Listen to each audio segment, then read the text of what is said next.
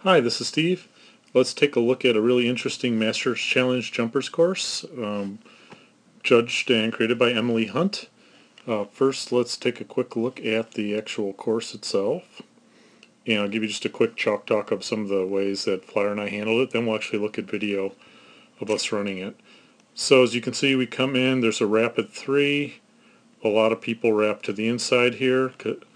Your other options, of course, some would be to go to the outside, although the only reason people were doing that was so they could be sure to be ahead and put their dog into the tunnel at 4 to be able to get away towards 6.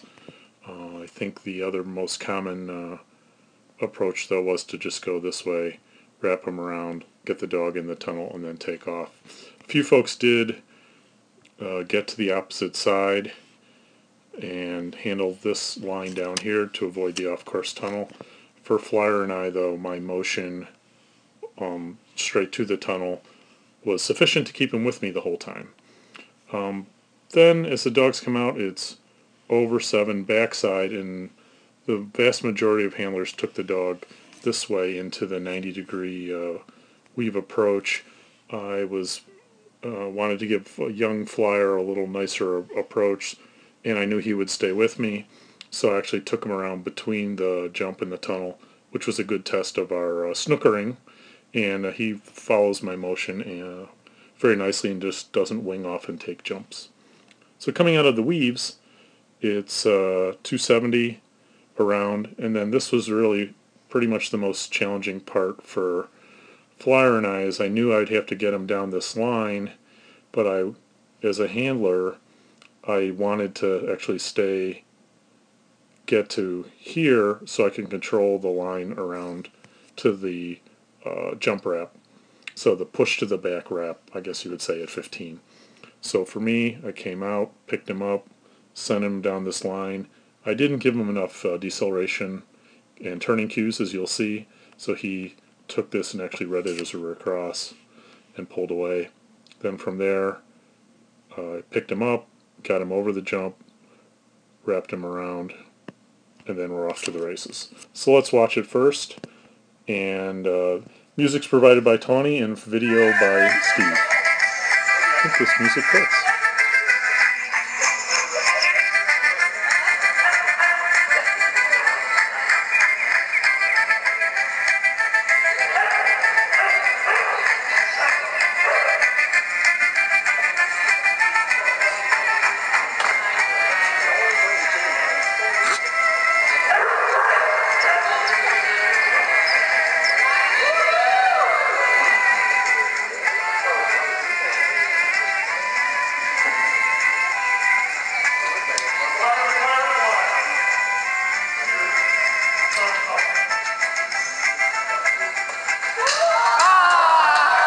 So I'm leading out a little bit.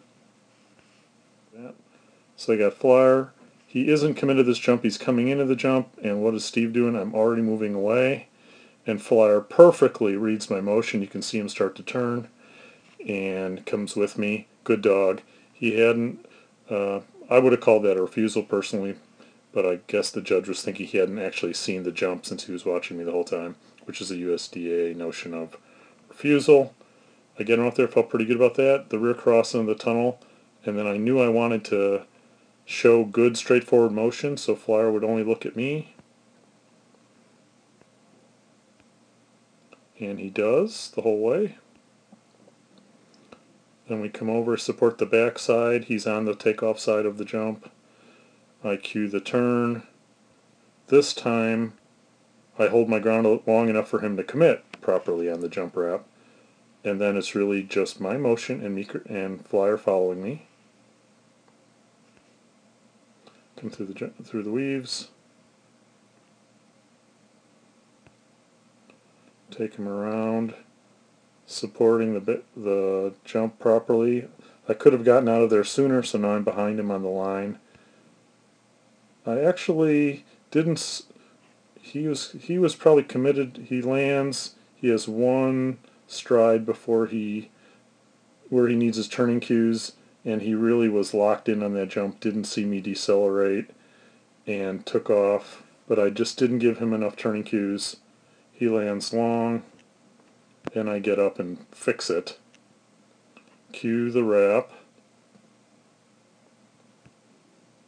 and then I switch arms, bring them around for the wrap the other way,